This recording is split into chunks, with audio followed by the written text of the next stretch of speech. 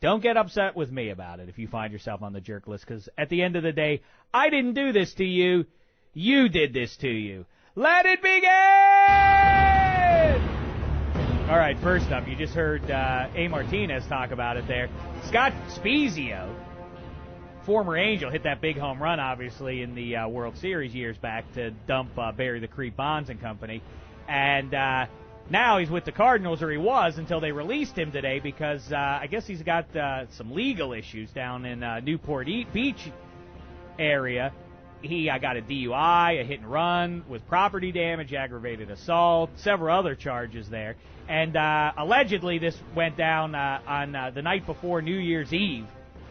Then he fled from he fled his car, allegedly loaded, fled his car on foot, went to a friend's house, and then puked on his friend's floor. That's what TMZ's reporting. And then got into a fight with the guy because the guy said, clean up your mess, and he refused to clean up his own vomit. This isn't a very good move. First of all, I find it ironic that you used to be on a team named the Angels with this sort of behavior. But no more. You're no longer a Cardinal. But for what it's worth, I got news for you, Scott Spiezio. You're a jerk! All right, next up, let's stay with the game of baseball. I just made mention of Barry the Creep Bonds, who Scott Spiezio and the Halos dumped back in that World Series a few years ago. There was a little rumor going around from Tampa Bay Rays manager John Madden that the ball club was taking a look at Barry the Creep Bonds. The next day they immediately went back on that and said, no, that was just a rumor, not true. But even the mention of a major league ball club being willing to sign that scumbag, the guy who has shamed the sport of baseball, that's just awful. Let him go off to Asia and play baseball or retire or whatever else he wants to do. He's going to have the stain that he's put on the sport of baseball to carry around for the rest of his days. Rays or anyone else who even thinks about signing Barry the Creep Bonds, jerks! All right, you know what? I've got some nice get-out-of-jerk free cards to hand out this week, so let's get to those right now. Get-out-of-jerk free cards, of course, they are sort of like much more valuable than in Monopoly, but in Monopoly you get the get-out-of-jail free card. Same thing. You fall into any jerky behavior in the future, you play this card, even Steven and Dave Dameshek's book, and got a couple here to give out. First of all, to the New York Jets. I don't know if you read about that. Linebacker Jonathan Vilma wants to move on, and they have given him permission to seek a trade to any team in the NFL except for one, the New England Patriots. That's exactly what you deserve, Patriots. Let the entire league shut you out. You've dumped a bunch of players like Rosie Colvin and Dante Stallworth, and you may lose Randy Moss. Good. I hope you just sink down into the depths. I hope that Commissioner Goodell decides at the 11th hour to penalize you and force you to get rid of Bill Belichick. I like this move by the Jets. May all of the NFL follow your lead. That's why New York Jets, for not allowing Jonathan Vilma to be traded to the Patriots, but he can be traded anywhere else, you get the get-out-of-jerk free card. That's not it, though. I'm in a festive mood today. Not in a festive mood, as a matter of fact. That's not right. Bittersweet, but I'm happy to be awarding this card. The man who influenced my listening habits, my radio ways, my desire to be in the business of sport and talking about sports, the great Myron Cope from the Pittsburgh area, who had a radio show out in Pittsburgh and was the Steelers broadcaster for many moons. Here's just he passed away today. Very, very sad for any football fan, for any sports fan, or anybody who has a good sense of humor. Take a listen to some of Cope's work. How did Bruder catch that ball? Because the linebacker, Cyrus McCloud, was all over him, beating him to death. I want to tell you, but Bruder is out. I'm telling you, and I'm not being facetious, but he caught that ball off McCloud's jockstrap. That's where he caught that ball. Isn't there a nicer term for that? I don't know of any piece of apparel? Instantly. Can we think of something couch? Oh, he's just the best. We got a little bit more, Cope. I could listen to him all day. What can you say?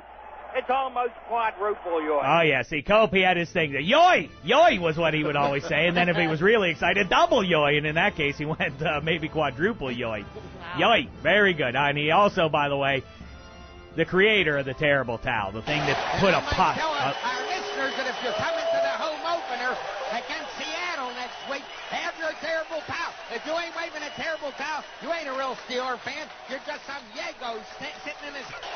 He's just the best. He's just the best. And, yeah, nothing more flattering than when people tell me I sound like him. I would never hope to be as good as he was, but the compliment that I sound like him is the best that there is. So anyway, he's the best, and he's also the creator of the terrible towel, like I say.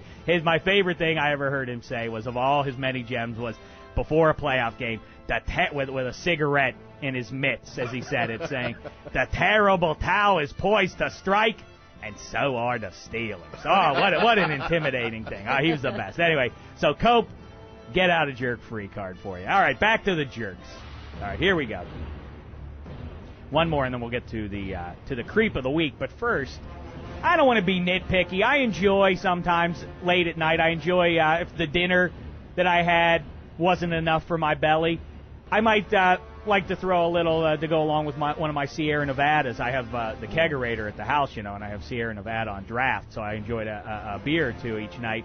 And sometimes I'll throw a little popcorn into the microwave. Really, the salt really helps the beer drinking. They go beautifully together.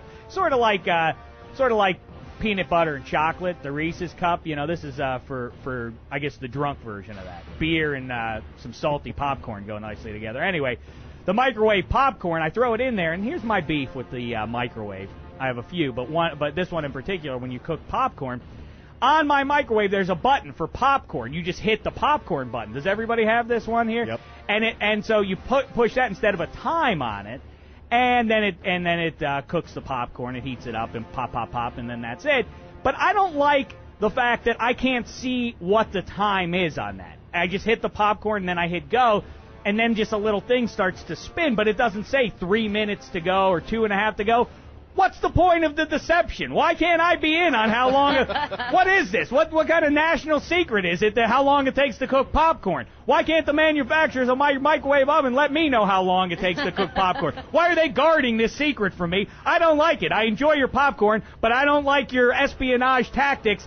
People who make microwaves that have the little popcorn thing, but don't tell me how long it's going to take to cook. Jerks! Let's get to the creep of the week.